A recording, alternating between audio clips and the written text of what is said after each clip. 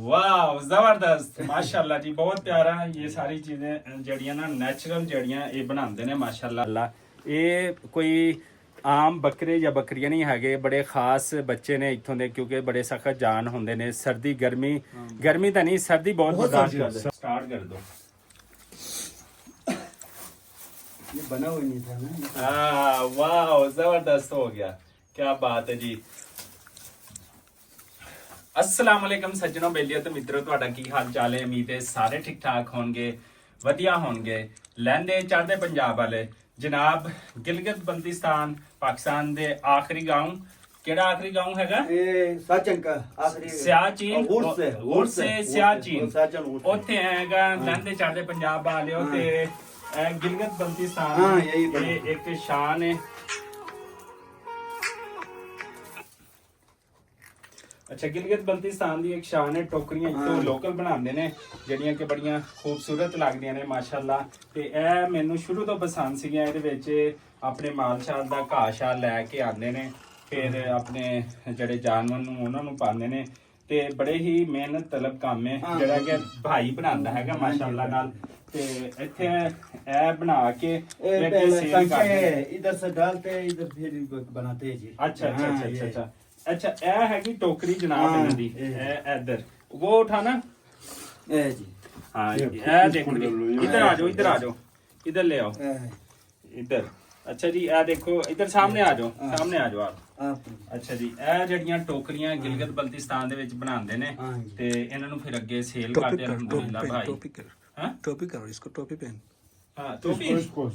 अच्छा हाँ इसको यार ये करना, ये पकड़ो। अच्छा उसको ये बड़ा होगा, ये बड़ा होगा। ये चीज़, क्या बात है, ये टोपी बन गया। गिलगित बल्तिस्तान, वाह जबरदस्त माशाल्लाह जी, बहुत प्यारा। ये सारी चीजें जड़ियां ना नेचुरल जड़ियां ये बनाते ने माशाल्लाह। फिर इन्होंने फरोख्त करते ने। ਤੇ ਬੜੇ ਲਵਲੀ ਲੋਕ, ਬੜੇ ਮਿਹਨਤੀ ਲੋਕ ਨੇ ਪਹਾੜੀ। ਔਰ ਮਾਸ਼ਾਅੱਲਾ ਇਹਨਾਂ ਦੇ ਘਰ ਜਿਹੜੇ ਬਣੇ ਹੋਏ ਨੇ, ਆ ਦੇਖ ਸਕਦੇ ਹੋ, ਲੱਕੜਾਂ ਦੇ ਬਿਲਕੁਲ ਸਿੰਪਲ ਘਰ ਨੇ।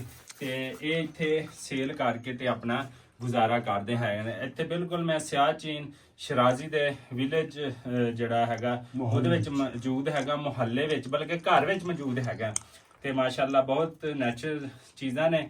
ਤੇ ਸਾਨੂੰ ਨਹੀਂ ਮਿਲ ਸਕੇ, ਸਾਡੀ ਖੁਸ਼ਕਿਸਮਤੀ ਜਾਂ ਬਦਕਿਸਮਤੀ ਕੋਈ ਗੱਲ ਨਹੀਂ, ਜ਼ਿੰਦਗੀ 'ਚ ਫਿਰ ਰਿਹਾ ਤੇ ਫਿਰ ਇਨਸ਼ਾਅੱਲਾ ਉਹਨਾਂ ਨਾਲ ਮੁਲਾਕਾਤ ਕਰਾਂਗੇ। ਤੇ ਇੱਥੇ ਹੁਣ ਇਹ ਚੀਜ਼ਾਂ ਤੋਂ ਬਾਅਦ ਅਸੀਂ ਜਿਹੜਾ ਨਾ ਵਿਜ਼ਿਟ ਕਰਾਂਗੇ ਇਹਨਾਂ ਦਾ ਇੱਥੋਂ ਜਿਹੜੇ ਸਿੰਪਲ ਘਰ ਬਣੇ ਹੋਏ ਨੇ।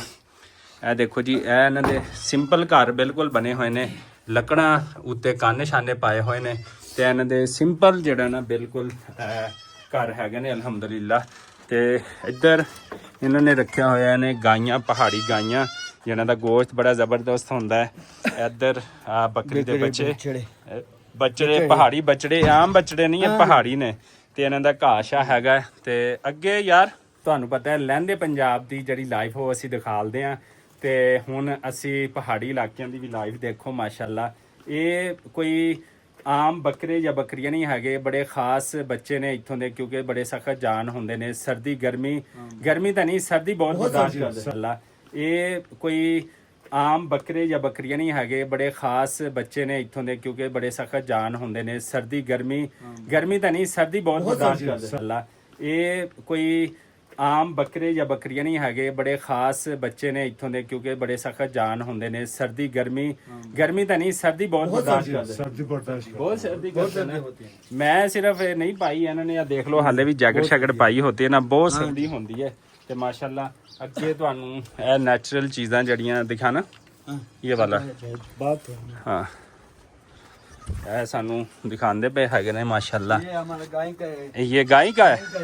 अच्छा अच्छा, रात ਨੂੰ ਸਰਦੀ ਦੇ ਵਿੱਚ। अच्छा अच्छा, सिंपल का बना हुआ है, लकड़ी का। तो यार सारे अच्छा अच्छा, ये इधर खेत शेत लगाए हुए हैं। अच्छा माशाल्लाह।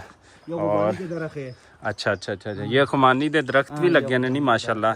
इधर नैचुरल चीज़ां, नैचुरल हर चीज़ ਜਿਹੜਾ ਨਾ ਇੱਥੇ ਬਣਾਈ ਹੋਈ ਨੇ। ਇਹ ਕੁਕੜੀਆਂ ਦਾ ਖੁੱਡਾ ਵਗੈਰਾ। ਤੇ ਇਹ ਜਿਹੜਾ ये टूटता तो नहीं? नहीं आराम से जाओ ना। अच्छा, ऐसा जा रहा हूँ। ਇਹ ਲੋ ਜੀ, ਦੂਸਰੀ ਮੰਜ਼ਿਲ ਤੇ ਵੀ ਮੈਂ ਚਲਾ ਗਿਆ। ਤੇ ਇੱਥੇ ਇਹਨਾਂ ਨੇ ਇਹ ਦੇਖੋ ਘਾਸ ਰੱਖਿਆ ਹੋਇਆ ਹੈ। ਤੇ ਇੱਥੇ ਮਾਸ਼ਾਅੱਲਾ ਨੈਚੁਰਲ ਬਿਊਟੀ ਜਿਹੜੀ ਗਿਲਗਿਤ ਬਲਤਿਸਤਾਨ ਤੇ ਸ਼ਰਾਜ਼ੀ ਦੇ ਗਾਉਂ ਦੇ ਵਿੱਚ माशाल्लाह ये चीज़ माशाल्लाह यार बहुत खूबसूरत है आपका गांव। नेचुरल चीज़ें हर तरह की। अच्छा ठीक हो गया जी।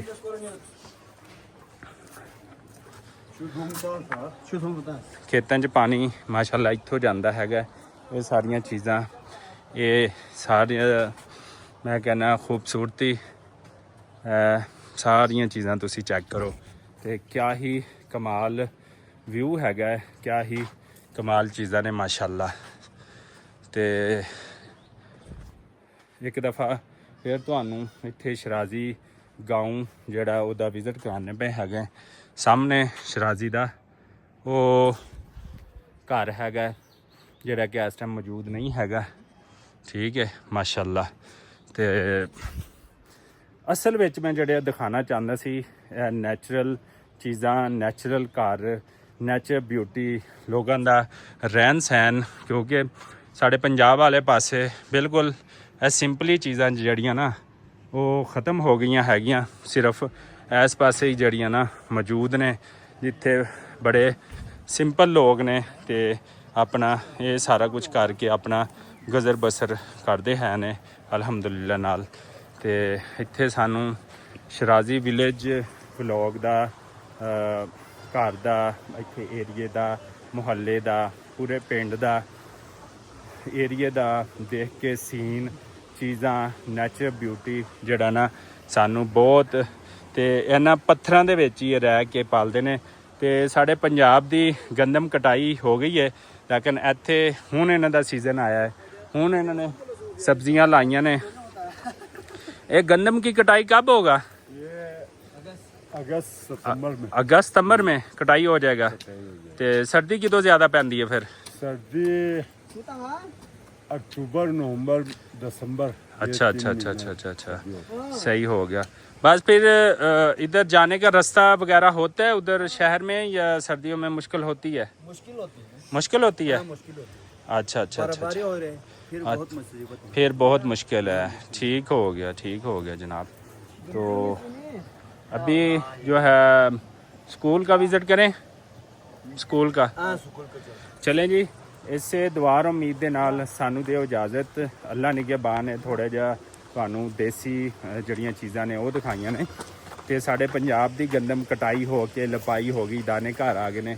ਲੇਕਿਨ ਦੇਖੋ ਅੱਲਾਹ ਤਾਲਾ ਦਾ ਨਿਜ਼ਾਮ ਹੈ, ਇੱਥੇ ਹਾਲੇ ਕਟਾਈ ਹੋਣੀ ਹੈ ਤੇ ਉਧਰੋਂ ਖੁਬਾਨੀ ਦੀ ਜਿਹੜੀ ਫਸਲ ਆ ਉਹ ਵੀ ਤਿਆਰ, ਅੱਧੀ ਹੋ ਚੁੱਕੀ, ਅੱਧੀ ਰਹਿੰਦੀ ਹੈ, ਉਹ ਵੀ ਆ ਜਾਣੀ ਹੈ।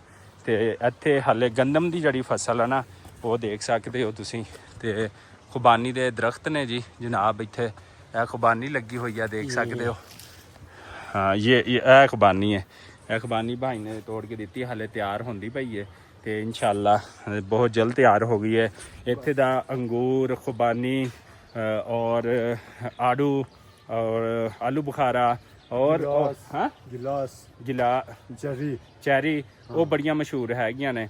ਤੇ ਅਲਹਮਦੁਲਿਲਾ ਨਾਲ ਅਸੀਂ ਤੁਹਾਨੂੰ ਪੂਰੇ ਸ਼ਰਾਜ਼ੀ ਵਿਲੇਜ ਵਲੌਗ, ਪਾਕਿਸਤਾਨ ਦਾ ਦੁਨੀਆ ਦਾ ਸਭ ਤੋਂ ਜ਼ਿਆਦਾ ਵਾਇਰਲ ਹੋਣ ਵਾਲਾ ਬੱਚਾ, ਉਹਦੇ ਵਿਜ਼ਿਟ ਕਰਾਇਆ ਹੈਗਾ ਗਾਉਂ ਦਾ। ਅਲਹਮਦੁਲਿਲਾ ਨਾਲ ਇਸੇ ਦੁਆ ਉਮੀਦ ਦੇ ਨਾਲ ਸਾਨੂੰ ਦਿਓ ਇਜਾਜ਼ਤ। ਅੱਲਾ ਨਿਗਹਬਾਨ।